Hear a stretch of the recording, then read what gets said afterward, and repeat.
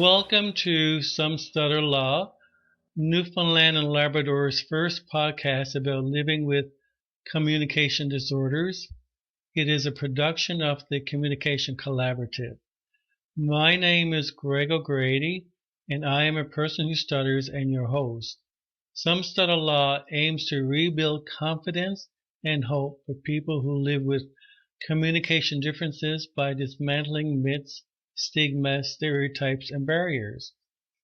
For more information about the Communication Collaborative or this podcast, you can find us at somestutterlaw.ca. If you only get one thing from this podcast, we hope it's this. It's okay to stutter, and it's okay to communicate differently. It's not how we communicate that's important, it's the message that's important. Tonight, Some Stutter Law is hosting a special episode on perspectives of fluency, the F word, fluency.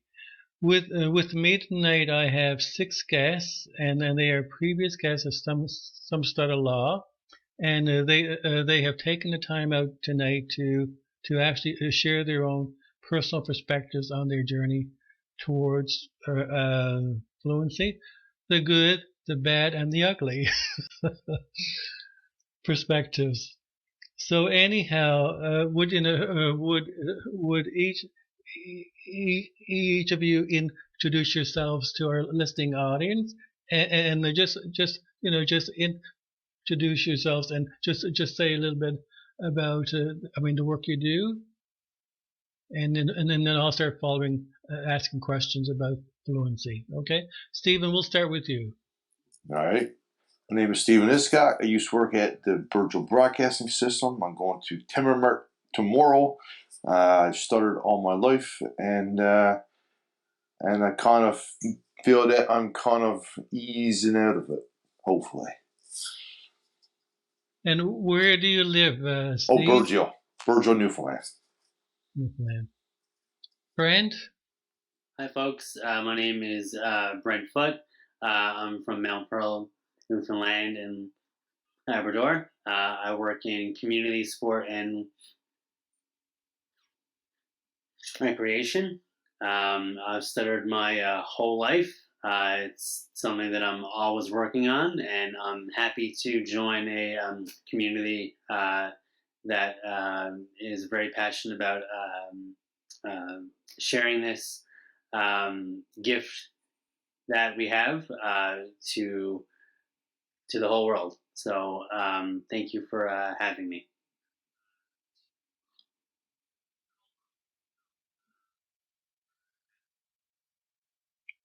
And thank you for joining us, Brent. Sang? Hi, everyone. My name is Sang. I'm currently in New York. I work in information technology at the City University of New York. I'm also a person who has stuttered virtually all my life since the age of 5. I like to contribute to the stuttering community as much as I can and join into sharing my knowledge and insight. Thank you. Thank you for having me again. Thank you, Sang. Brian? My name's Brian Wu.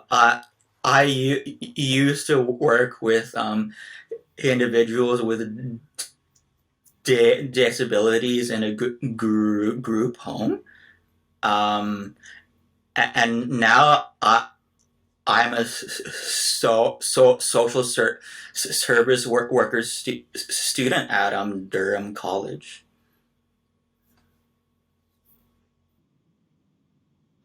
And Carolina.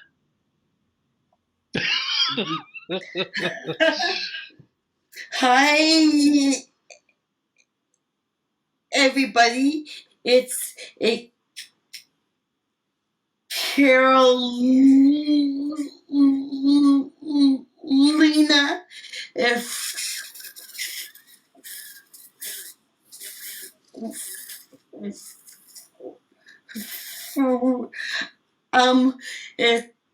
Toronto,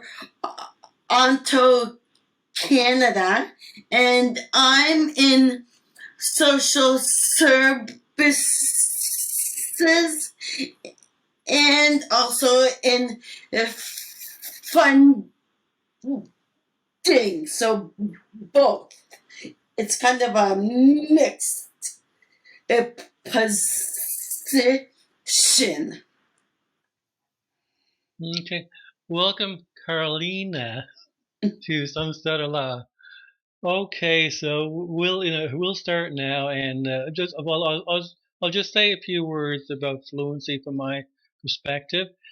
It's interesting that as a person who stutters in his seniors, autumn years, for example, even when just preparing for this episode tonight, I still have the strong urge, it's a mental mindset for a person who stutters, to be fluent. So I'm talking to 5 other individuals who stutter, but I still have this urge to be fluent. And I think this is an issue that I've been dealing with myself for years. I feel that fluency slash stuttering has such a darkness to it that just to survive, you can easily abandon oneself. You can easily disappear even before you get an opportunity to know who you are. So I'll start with my first question. Do you feel as a group that stuttering sucks? Carolina, I'll start with you. Okay. The stutter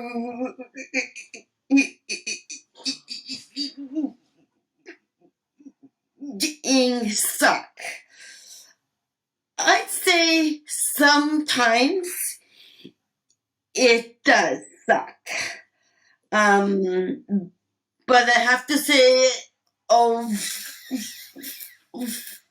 for all, it's been a big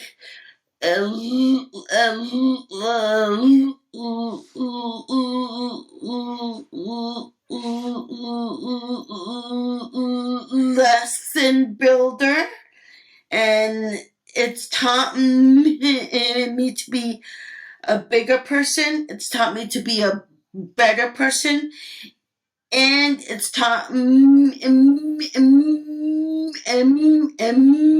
to be a stronger person. Of course, there's days that I'd be happy to just talk like any other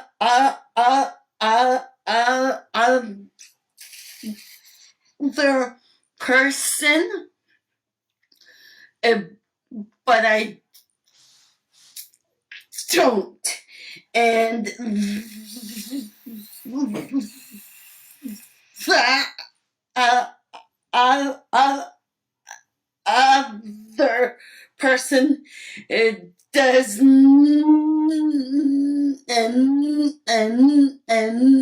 not have my perspective also. Thank you. Steve, what are your thoughts about whether or not stuttering sucks? Oh, it does suck. Especially when when you're talking to a crowd and then you're trying to get out what you're trying to say, and then you get in that spot and you get stuck. Like an example, like the weekend I was on the radio and I just froze. Like I could not get nothing out, and they were like, "Steven, are you there?" And I'm like, "I'm in a froze moment," and you know me, and they don't know, right? Especially when they're on the other side. But no, it really do suck. And Brent, what are your thoughts? I'm laughing, not at what the folks have said, but the fact that that your first question wasn't about, like what is your perspective on stuttering? Like, no, like you came right out and was like, does this suck? Like you just went right. So I just think that's a great. a great way to just kind of lighten the mood on something that can be really challenging. So thank you for that, Greg. You're welcome. So I would say, yeah, I mean, there's definitely days in which it does suck. There's days in which it just comes and goes for me. I don't know why. There's a Monday, Tuesday in which for some reason I just can't get my words out, or however that is, and I'm like, I just wish like that I could talk fluently. I just wish that I could talk normally. But in the flip side of things, I actually feel like my stutter has really helped me connect with many people through school, through work, through socially, just by virtue of them wanting to learn, wanting to help, and then genuinely wanting to see me do well. Yeah, there's some days in which it does suck, but I think with when it comes to stuttering and when it comes to fluency, you've just got to take the good days with the bad days and go from there. And saying your thoughts. I would say, yeah, it totally sucks about like 99.9% of the time. No, mainly is because it makes any normal talking situation so much harder. You know, especially when you're trying to get your words out, and what I don't like about it is when the more that you try, the harder it gets. But at the same time, yeah, there is a point 0.01 per percent where it's where it's fine. No, it's and as Carolina said, it like does make you a more compassionate person, and yeah, like it or not, it is a part of me and a part of all of us. Thank you, Sang. And Brian Wu, what are your thoughts, Brian? I would say,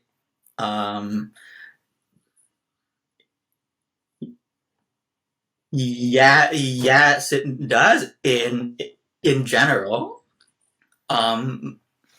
Like there are situations where where I would rather not stutter. Like for example, in my job in the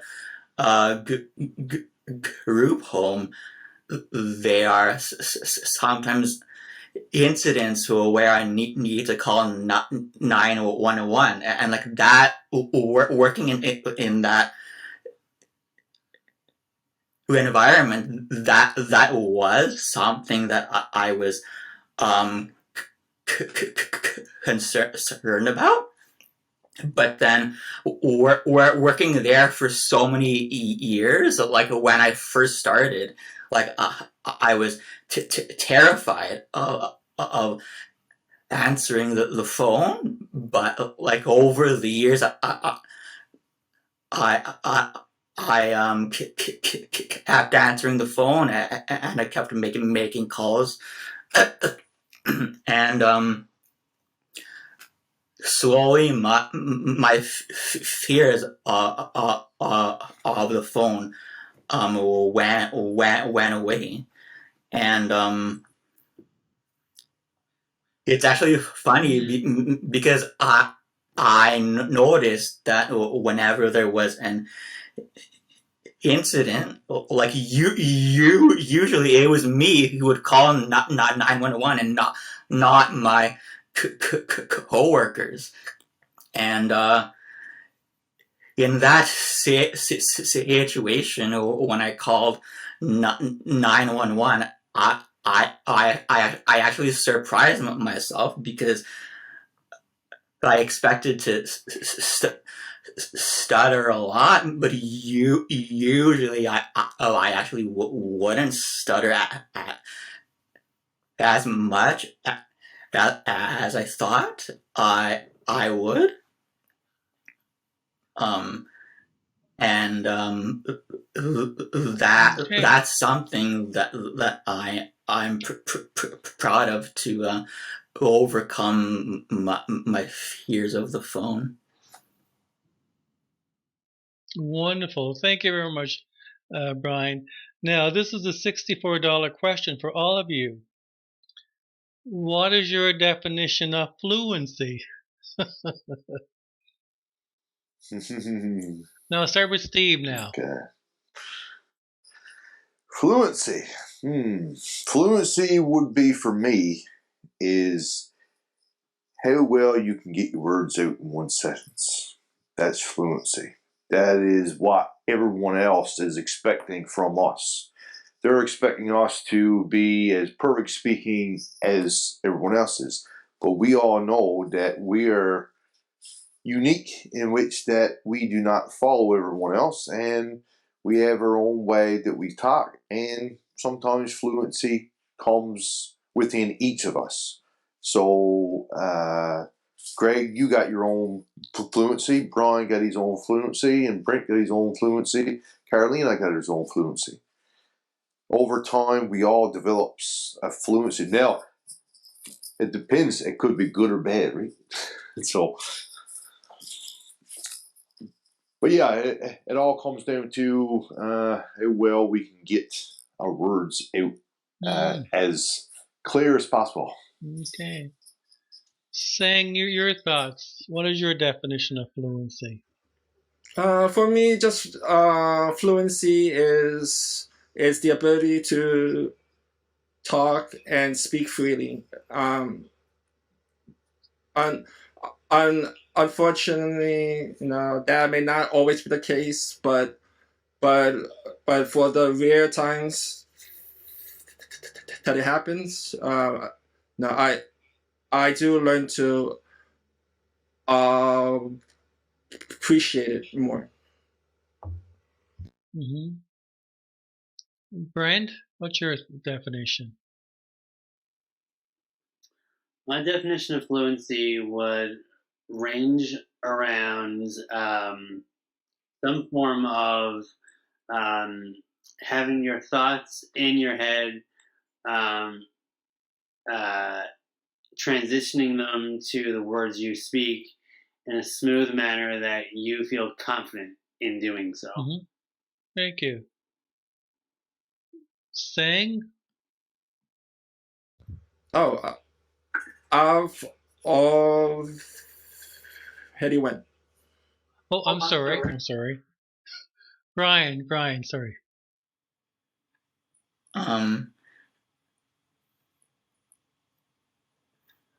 I think fluency means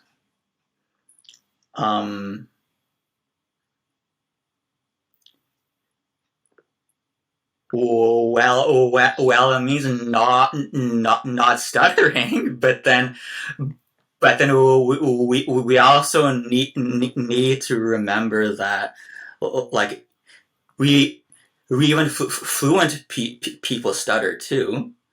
So when we say that somebody is fluent, what are we really saying? Because even fluent people still stutter. Thank you, Brian. Carolina. If fluency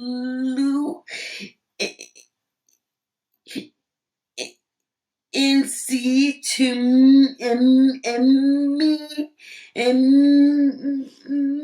means perfection, and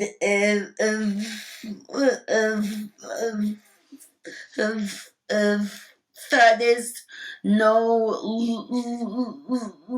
longer my goal. Okay. Well, this is another $64 question. No, I'll raise it to $65. A big dollar. Has your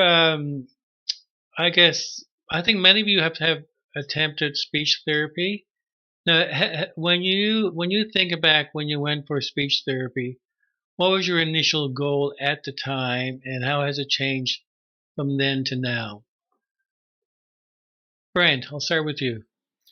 Well, I can tell you that when I was 7, 8, 9 years old, I would have never guessed that I would one day use my stutter in volunteering in the community, in in in uh, in advocacy work.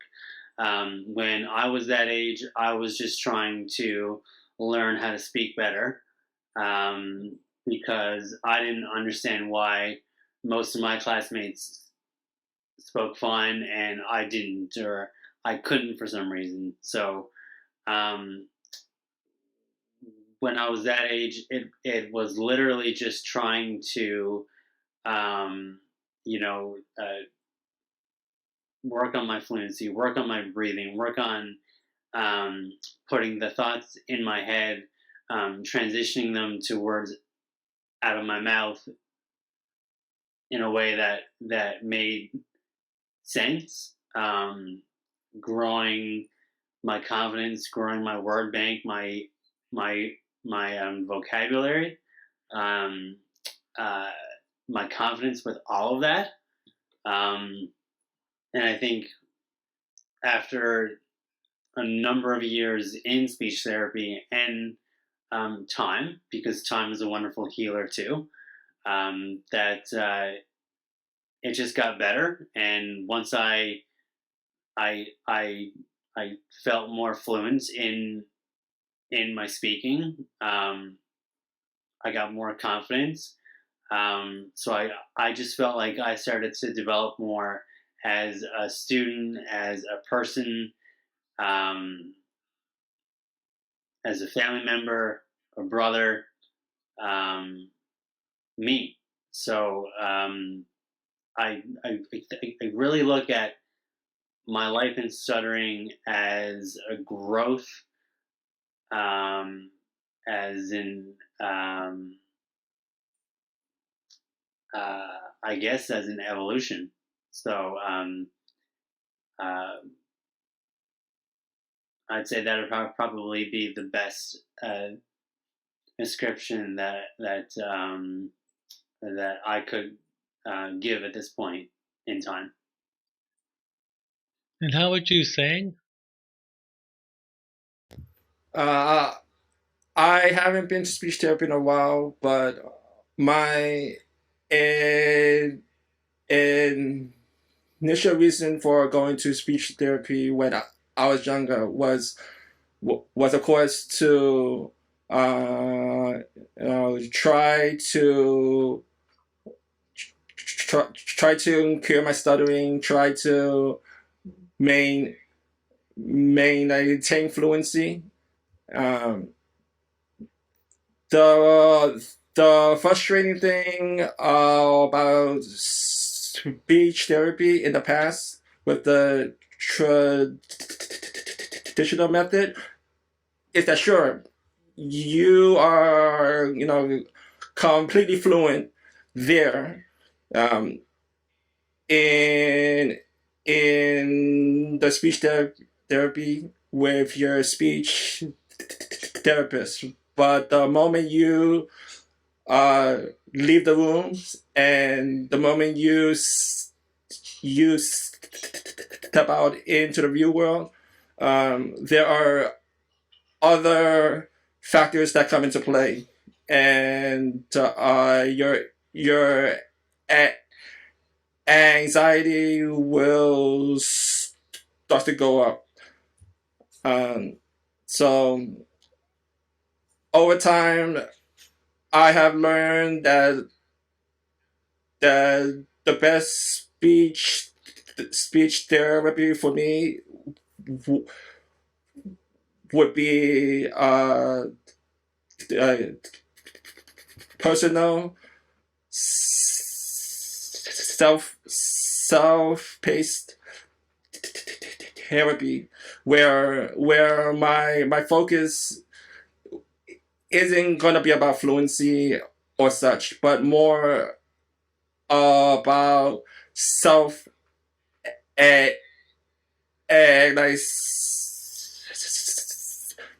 acceptance, where I am more comfortable with my stuttering. Thank you, Sang.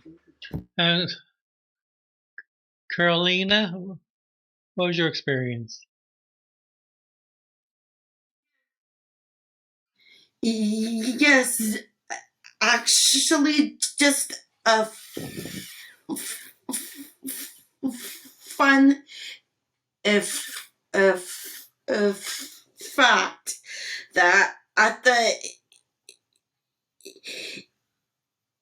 age of about 9, I did speech therapy.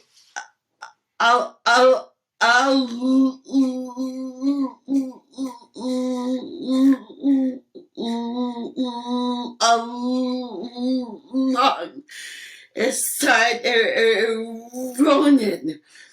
And so that therapy was also very beneficial, but a lot of the goal seemed to be fluent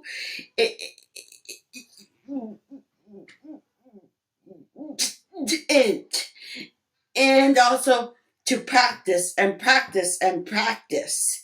And it didn't discuss about if feelings.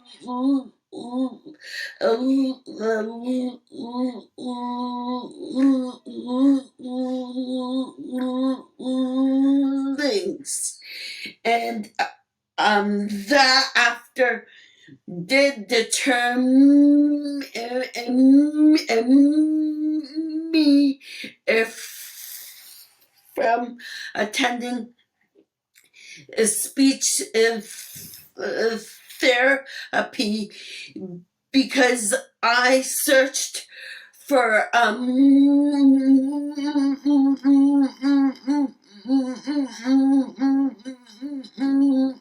more holistic approach that saw the full picture. And Brian, what was your experience when you started speech therapy and talked about fluency? Has it changed from then now? I think when I first started speech therapy, it was back in 2009, and I think back then my goal was um to be fluent, but then like I've actually learned a lot from like being involved in like stuttering support groups on Facebook, and like through that, like I've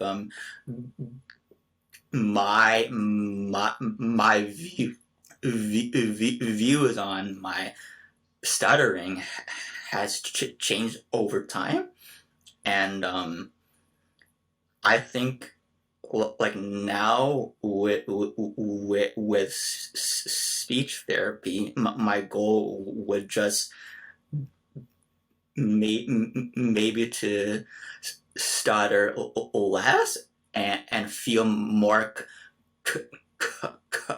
confident, but not really eliminate the stuttering.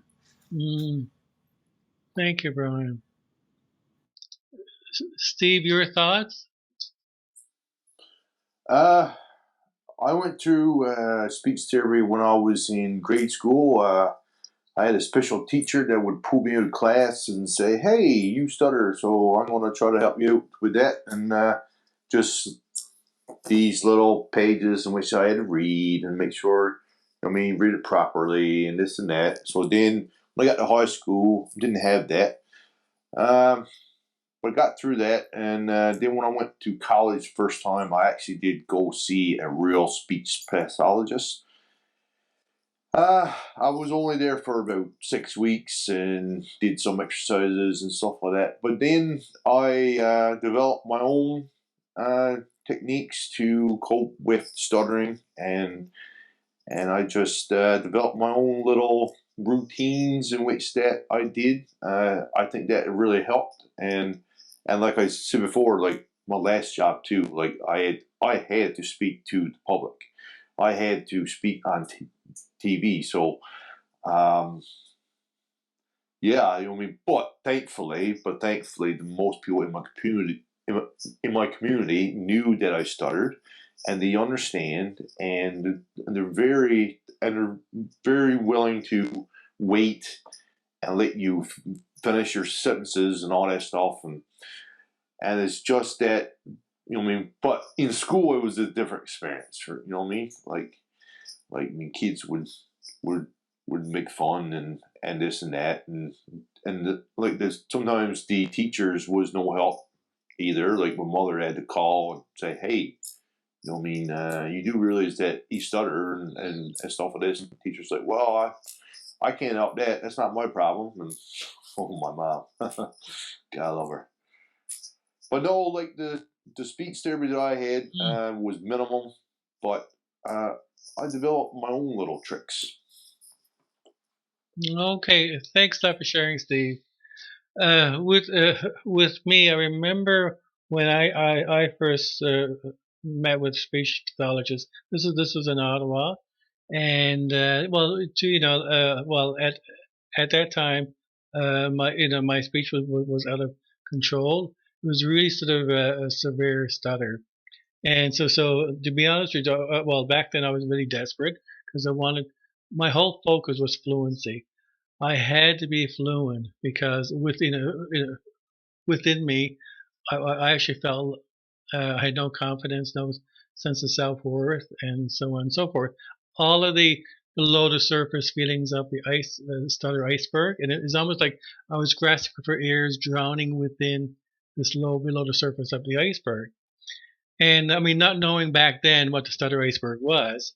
So I thought to myself, when I went to speech therapy, and I saying touched on this as well, that I thought, well, once I'm fluent, all the pain, the emotional pain within related to stuttering would dissipate. And so, but after a while, the pain doesn't go away. You may be able to a certain degree, experience some degrees of fluency, but it's a double-edged sword because I felt that because I was fluent, the emotional pain, psychological pain wasn't going away.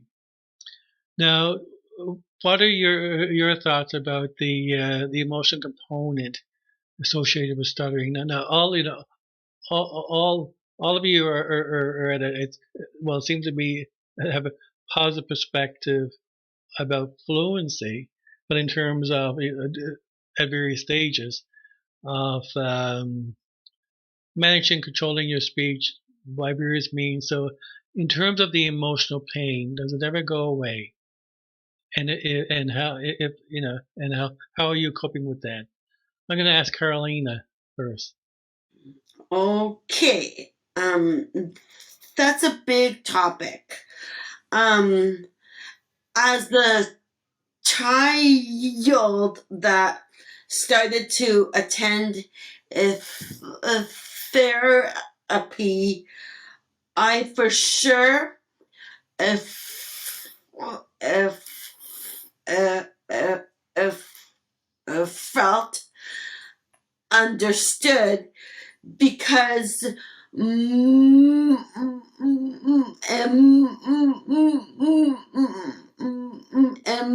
my speech pathologist did take the time to sit down and discuss things. So, such as the taunting, the bullying, and I became successful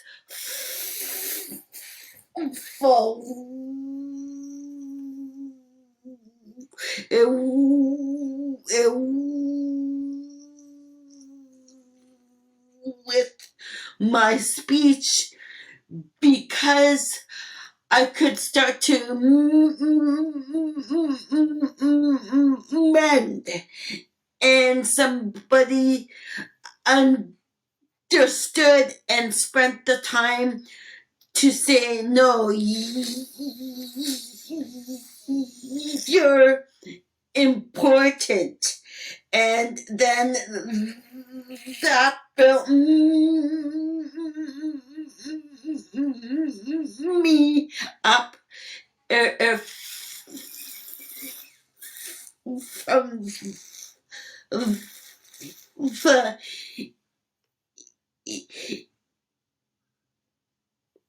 inside to then after start to be brave and start talking to people, to students, to teachers, and to share. And when somebody did taunt, to tell somebody and to understand that I deserve to take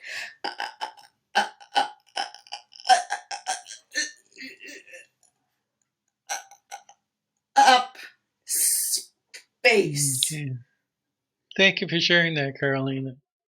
And Steve, your thoughts about the emotional pain, which is often associated with stuttering.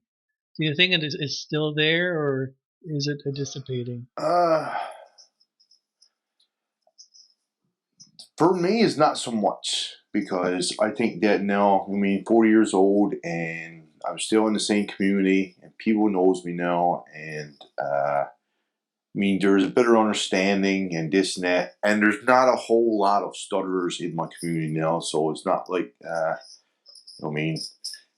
so, but yeah, when I was young, the part where people used to, yeah, mock you or say it in a, in a bad way and stuff like that, and say, "Come on, boy, get it out," or this or that, and this, They just they don't. I don't think they realize the the damage that they're doing to people that stutter by doing that, because we are trying to live our lives just like.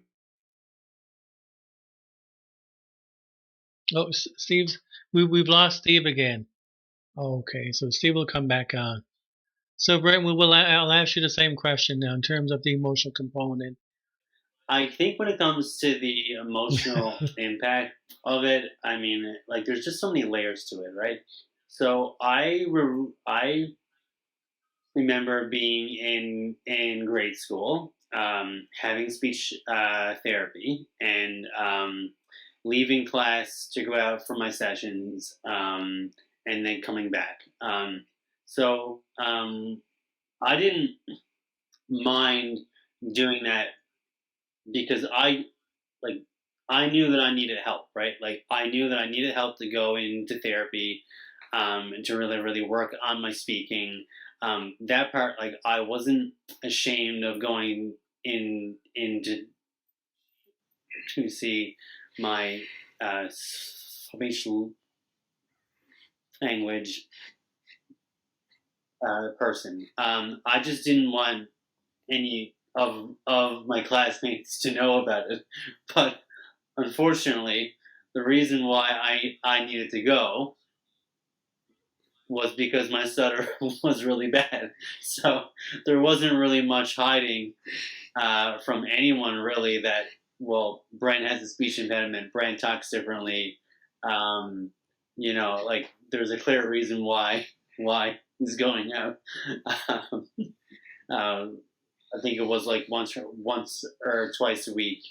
When it comes, I think more like the emotional side of things, I'm a sensitive person at heart, so I feel things very deeply anyway. So when it comes to frustration, anxiety, nervousness around stuttering, and my fluency, I feel those things really, really deeply.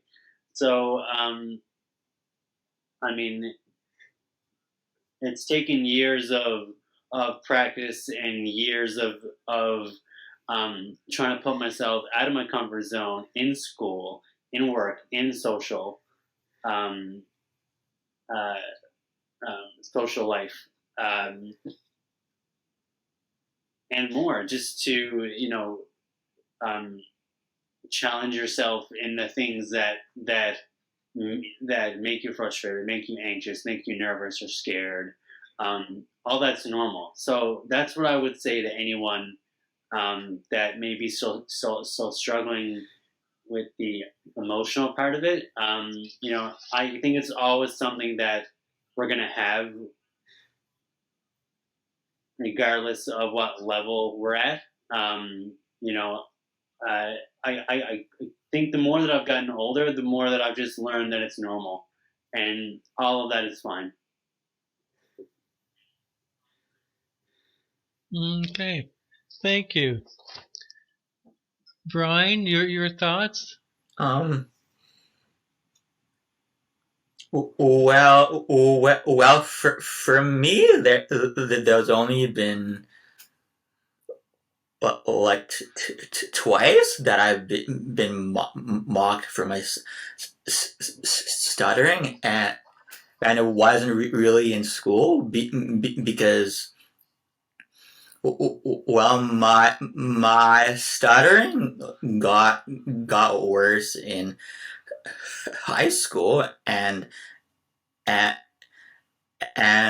when I dealt with that back then, I actually wouldn't speak. I would just pretend to be invisible, and so nobody could make fun of me for my stuttering because I just wouldn't talk, and then when I did presentations, I would just practice and practice and practice. So when I went up, I wouldn't stutter when I did presentations. So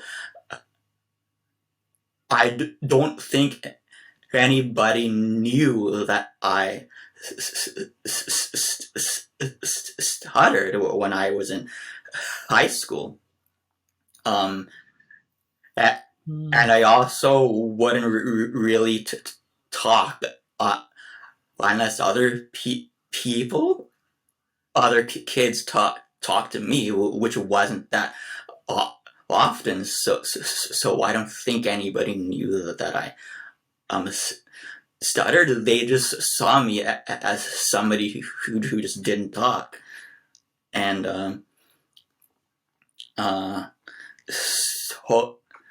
so I think, well, the only two times that I was mocked for my stuttering was when somebody copied the way I said my name. I said Brian when I introduced myself, and he was like, he said, nice to meet you, Brian.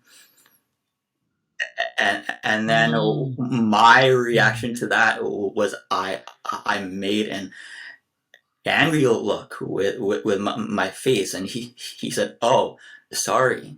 And then the other time was when one of my neighbors was outside talking to my dad, and I was so yeah, and then I opened the door to say something to my dad, and I stuttered, and then my neighbor mocked me. So that I in that situation I got really angry, and I yelled really loud.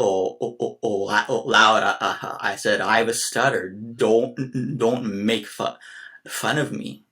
And he said, "Oh, I'm sorry." So I think the emotional aspect it is tough, because there's still a part of me that feels a little bit self-conscious about it, but I think over the years that has gotten better for me, especially for me because when I started doing improv, like when I did improv, that actually gave me many opportunities to just stutter openly, and that really gave me like more confidence, and like improv actually teaches listening skills too. So like when you're in a scene, nobody's going to interrupt you when you're stuttering. They're just going to listen to you, and the actor's role in a scene is just to respond to what you're saying. They're not going to make fun of you in the scene. They'll just listen to what you're saying, to the content of what you're saying, and not how you're saying it. And so even when I was stuttering, when I was doing improv, that gave me confidence in my own life, even outside of improv. Thanks a lot, Brian. And saying your thoughts about the emotional component. I mean, like fluency, the frustrations not being fluent, the emotional pain associated with this ongoing challenge. What are your thoughts? Saying? I think for me, no, there was a lot of emotional pain per particularly when I was like a lot younger as a kid. in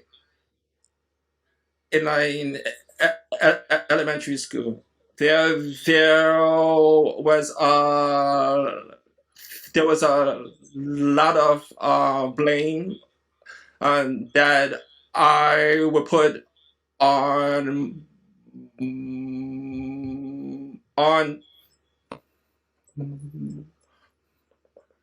myself with with uh with a lot of questions that I would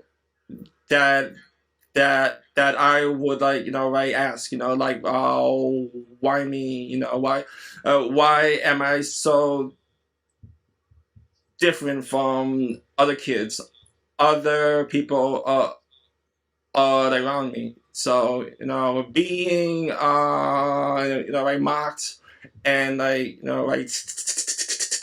teased by other kids was very painful. But at the same time, I do understand that it does stem from the fact of a um a a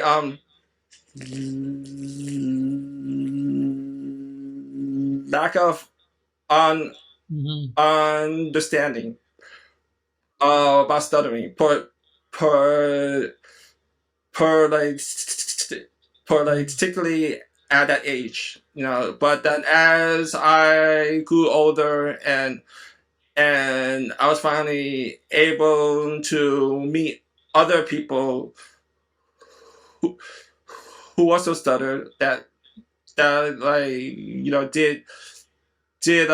give me a better understanding, and also to be able to be around other people that understands your emotions, and what really goes on inside. So so then now, sure, I would still feel some pain from my early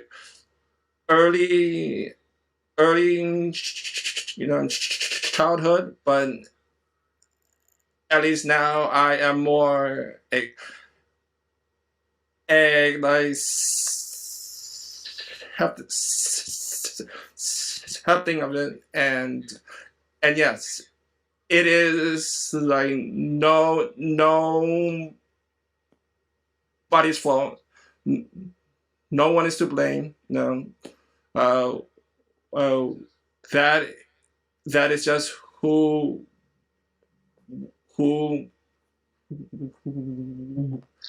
Now, this this is a $70 question. If you have a friend that stutters, that talks so much about fluency, now this individual has not taken speech therapy yet, but this individual may often say that if I go to speech therapy, I'll get fluent. What advice would you give this individual to take with them if this person decides to go to speech therapy, but person's focus is on fluency? What advice would you give this person? Carolina, I start with you. So for me, I'd probably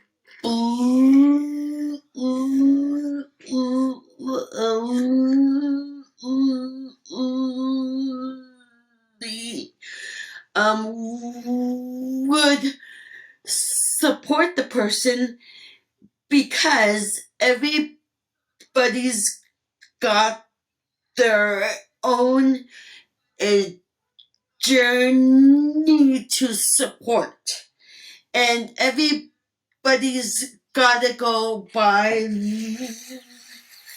their path. And sometimes you could steer somebody, but then the person says, no, I'm still gonna do such. And I'd just say that I'll be in nearby to support.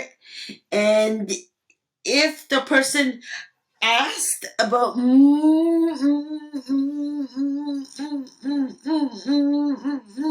my experiences, I'd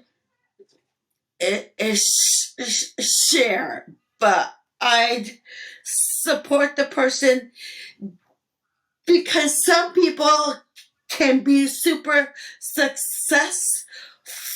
So,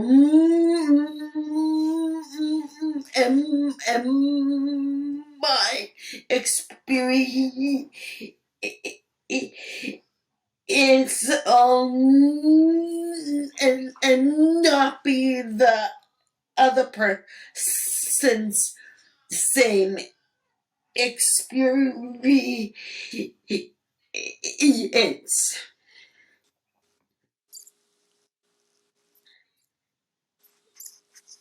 Thank you. How about you, Steve? What would your advice, or would you not give him any advice? For me, I would tell them, they should do what they feel is right. Because if they feel that they need the extra help and stuff, like we think of it as a, this is something that's wrong with us. That's what we were. That's what I was taught. That there's something wrong with me. I'm not normal, right? That's what I was taught. So most people think, oh yeah, so we gotta go to speech therapists to become normal. No. I think that the person really have to want to do that. They really, really have to want to speak to this person.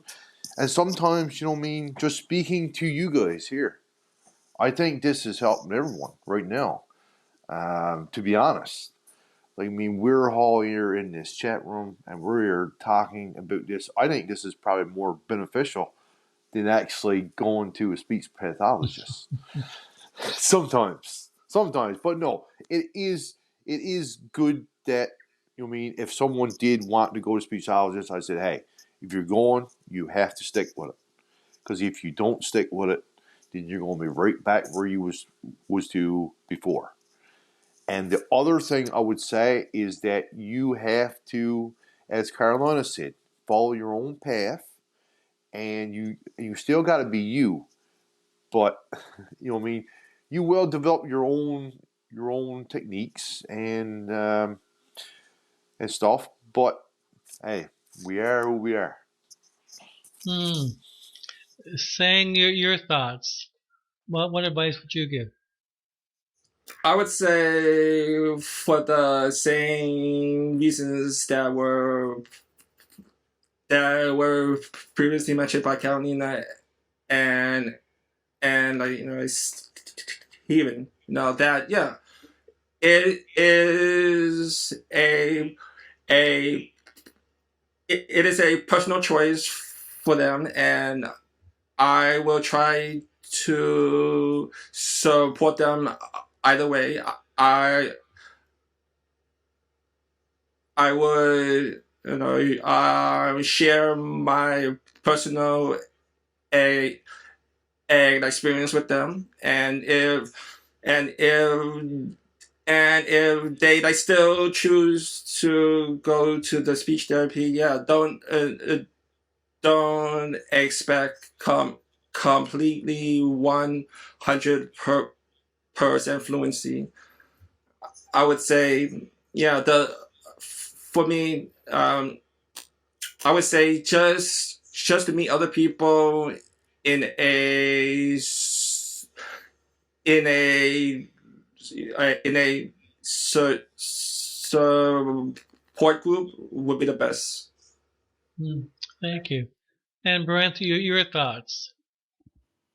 Well, I wouldn't be here sat here with all of you talking on this subject if I didn't have the chance to go through speech therapy.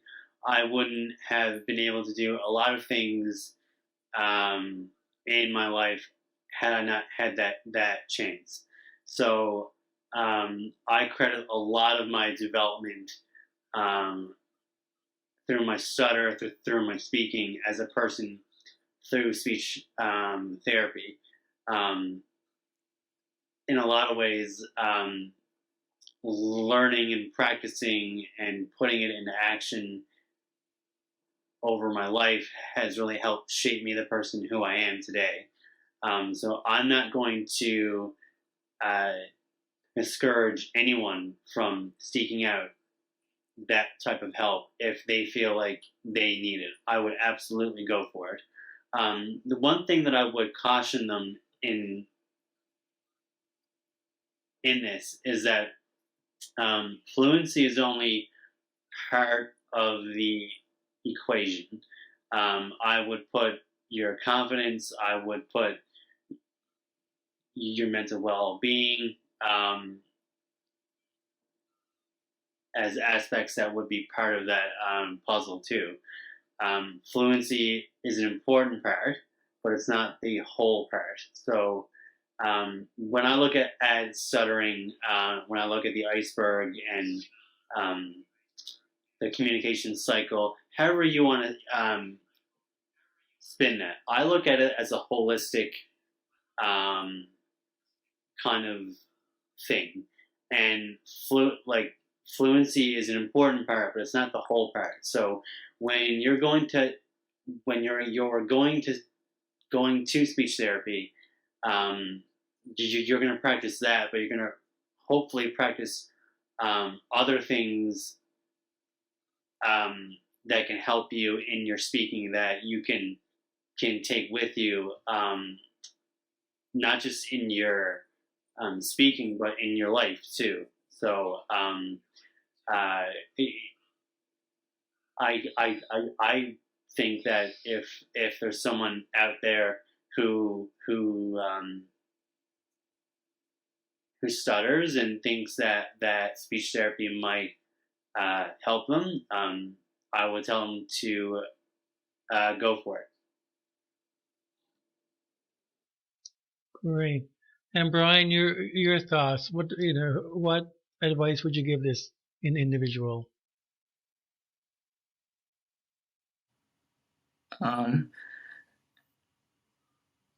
I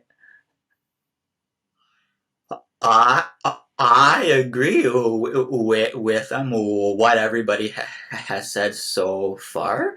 One thing that really stood out to me was what Stephen said. He said we were taught that there was something wrong with us, and that actually made me think of there's actually a small movement within the stuttering community. Is called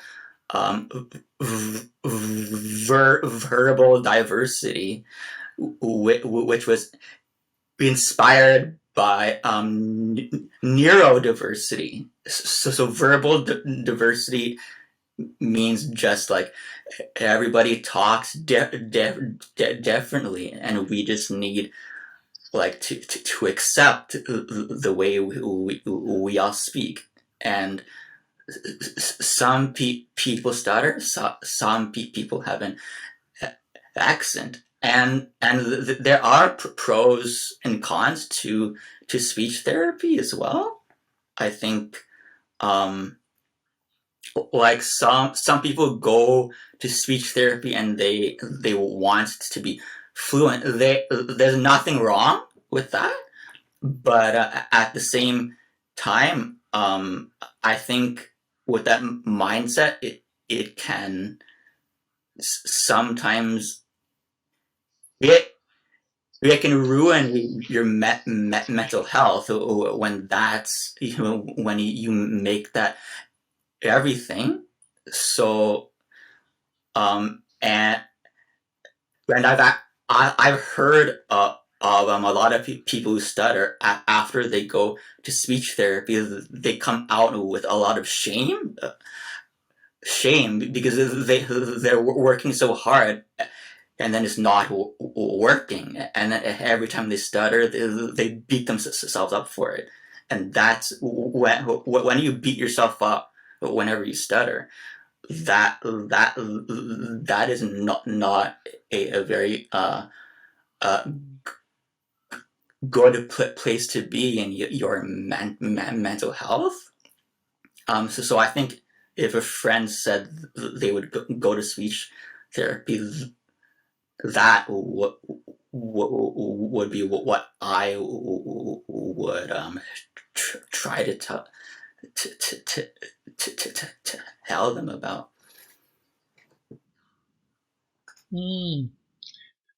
Thanks a lot, Brian.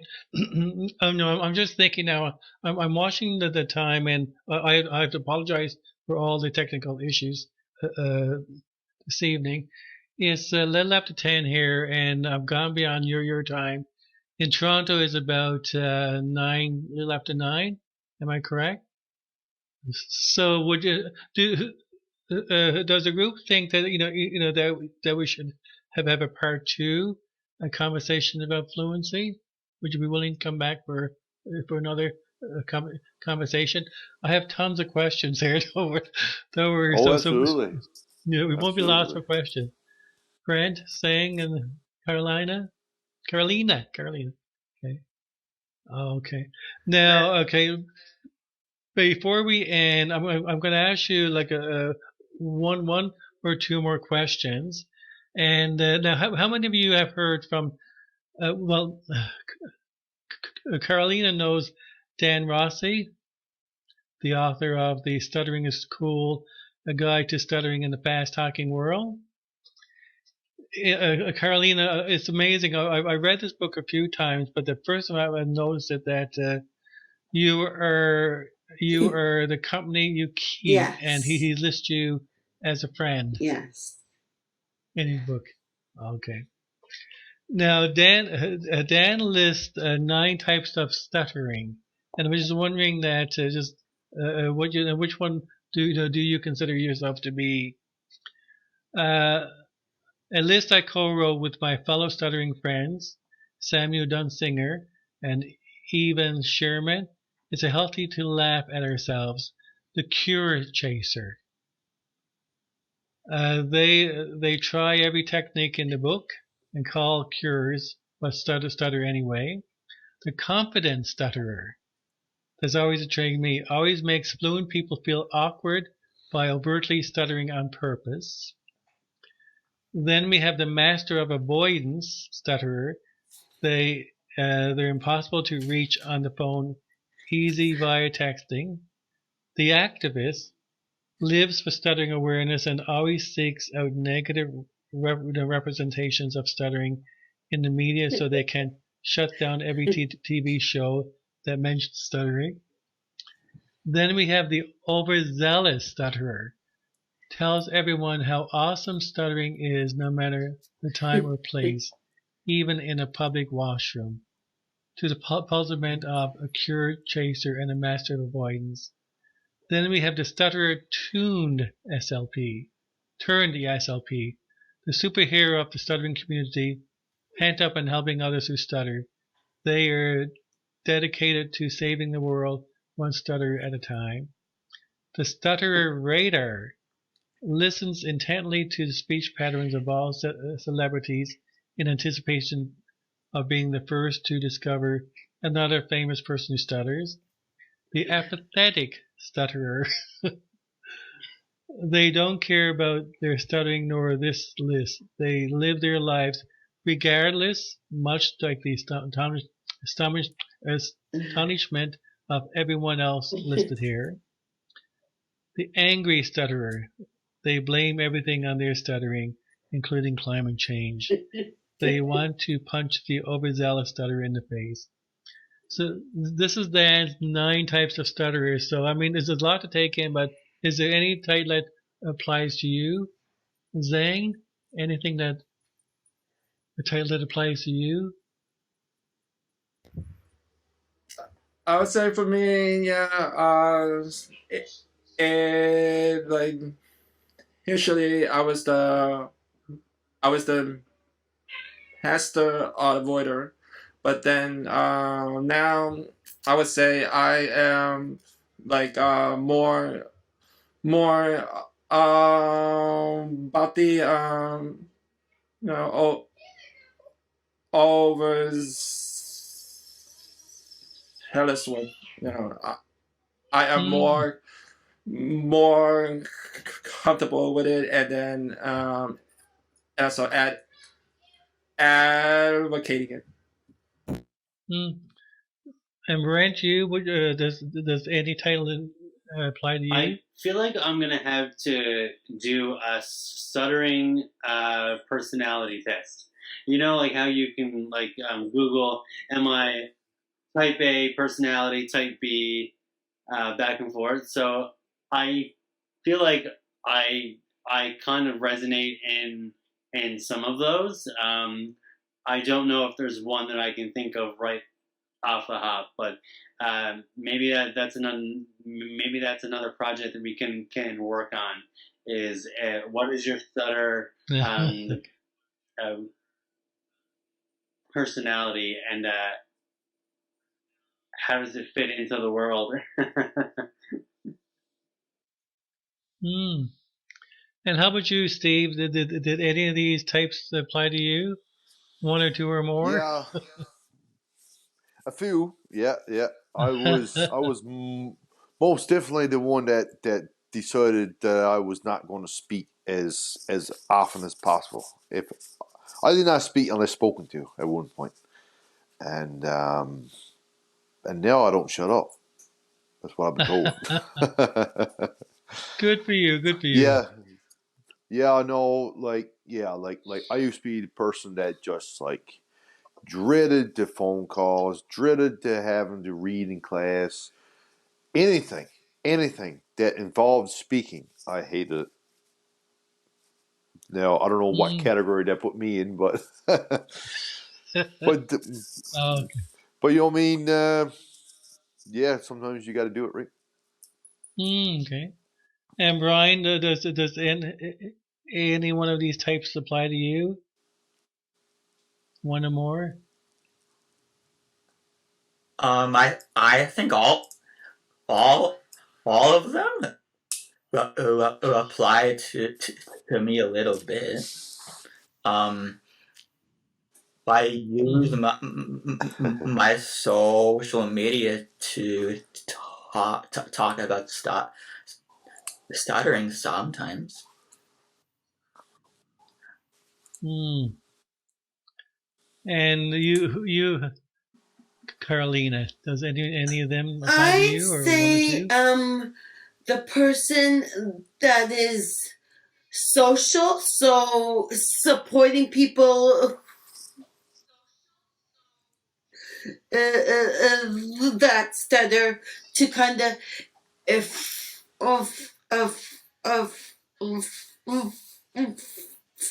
find their path and be supportive. I don't know. That's me. One. Great. Okay. Now I'll end now by, by sharing this. This was brought to my attention on the weekend, and Stammer, which is a Stammer is a UK association for people who stutter. They, they have made a dec- the declaration of the right to stutter, and they're going to do media blitz on this on ISTAD Day. And so I thought this would be a great way to end up our perspectives on stuttering tonight. So I'll read that, And we, the undersigned, declare that people who stutter should be accepted as having a stutter. We may or may not choose to find support to sound fluent or stutter less. That is our right. It is not reasonable to expect or insist that we sound fluent. We stutter. That is how we talk. In this time of diversity, adjustment is too often not given to those who stutter, be it at work, education, or using everyday services. The expectation is rather that we should strive to overcome our stutter and speak differently. As individuals, we may wish and even try to do so, but as a community, we challenge this absurd idea that we all stop stuttering. No organization can claim to value equality or diversity unless stuttering voices are permitted and valued. We call upon every organization and institution to work with people who stutter to make sure that all of us are given the respect every person deserves and that space is made for us. It is our right to speak as we do. So they've asked all of the associations to sign this, and I've signed it on behalf of the NLSA. So I thought this would be a great way to end this conversation today. That's amazing, Greg. Okay, so sorry, what was that, Steve? That's amazing. That is awesome. Yeah, it is. It's great. No, Steve. So I'll end up with a comment that you made, Steve, and just thinking about tonight's conversation about perspectives on fluency, and this is all based on your lived experiences. Through listening to other people who study lived experiences, it provides us with an insight and understanding, inspiration, and motivation. With this insight and understanding, we continue to learn about the potential devastating effects that stuttering may have on our lives. However, by sharing and listening to other people's lived experiences, we as people who stutter are able to begin to heal and shield ourselves from becoming casualties of stuttering. So guys, on behalf of Some Stutter Loud Night, I truly appreciate you taking the time and patience with all these technical issues to join me for this conversation tonight. So thank you very much. Do you have any last words of advice to give? Any thoughts for our listeners? For me, it would be thank you, Greg, for even starting this, because I did not realize there was this was a thing. I just in this little community in the bottom part of Newfoundland, and in my town right now, as far as I know, I'm the only stutterer in my community. So finally meeting some of my fellow speakers. And it's very, very nice, and to get this awareness about how we are and some of our difficulties. This may actually help other people to understand that we can't help this. And unfortunately, I think that if people know that this is how it is, then hopefully they'll have a better understanding and be more respectful. Thank you, Stephen. And anyone else with any closing thoughts? I would just say thank you to Greg and to all of the people that have spoke tonight. Your perspectives are much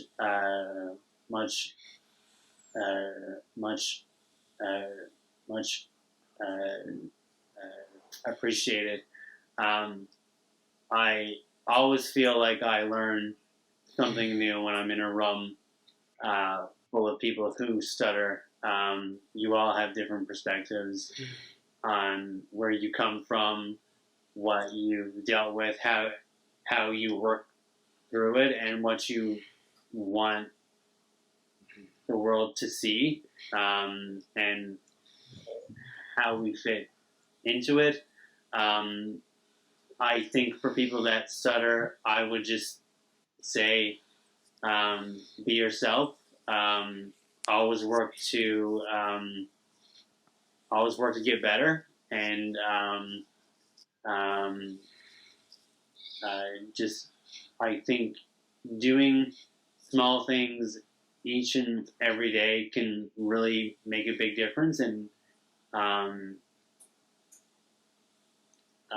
over time, you'll really start to see the progress in your speaking, in your confidence, and in your life that we all so desperately want.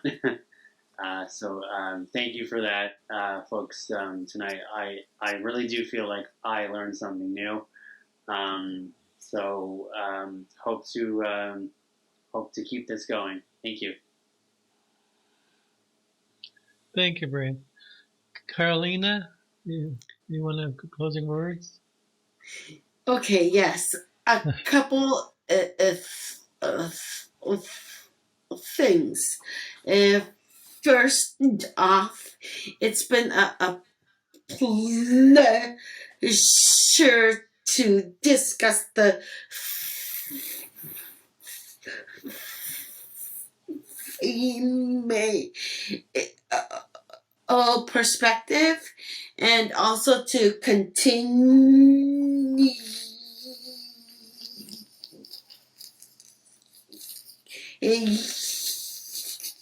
you to learn about the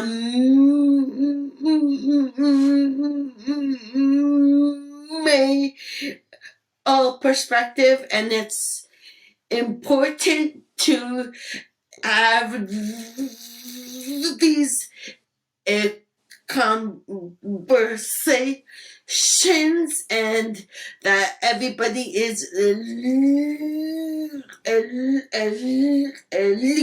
respectful of everybody's perspective, and also that people should sometimes also push outside of their comfort zone, because sometimes there'll be something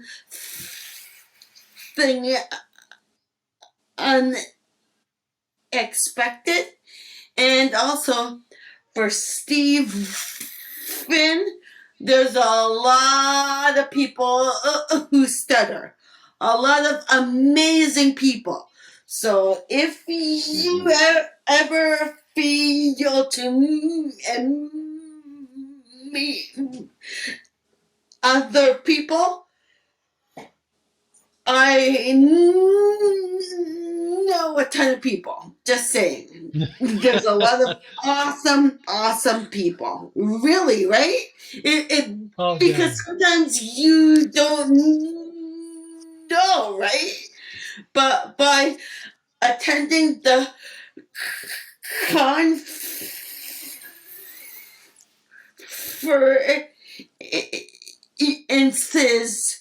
there's a lot of people. So, yeah. It's so true, Caroline. They're all awesome people. Awesome. Brian, do you have any last closing words? Or?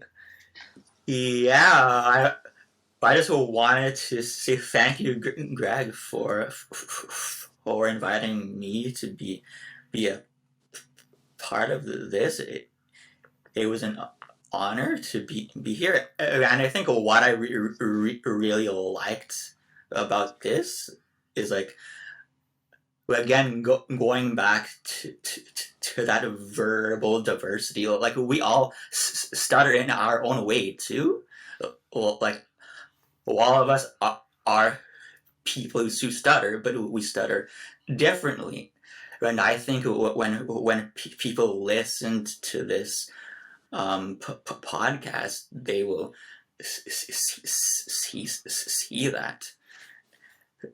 And I think that's a really cool thing to like celebrate our differences and perspectives, even within the stuttering community.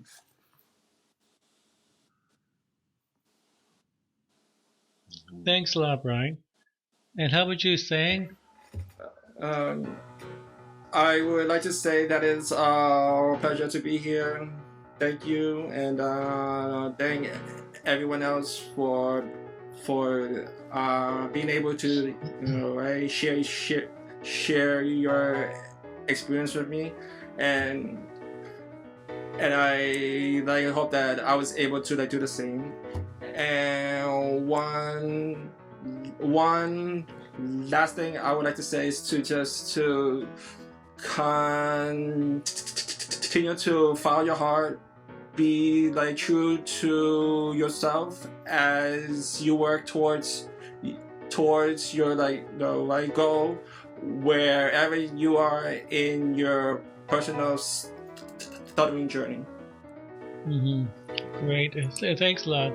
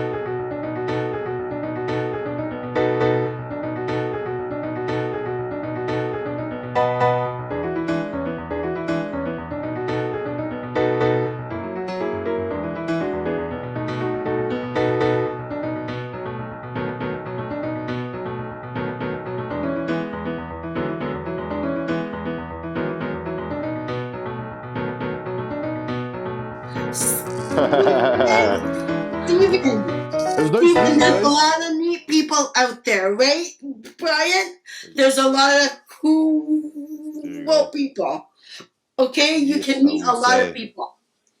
Okay, Yeah, I know. trust Especially me. with like the Yeah, internet, you can meet a whole lot more people. Yeah, like I you feel alone should for a little Google. while. You can Google the National Stuttering Association. They are massive. Okay. Yes, National boy. Wow. I had no idea. Stuttering See, until Greg called Association. me and told me about this thing, like I had no idea. Like Yeah, I was like that's in the why. dark, right? Yeah. That's awesome. Okay, Perfect. so Google them. They are nice. Perfect. Everyone is awesome. Okay, we'll stop talking. Okay. See you, You Steven. take care, Del. See you later. Bye.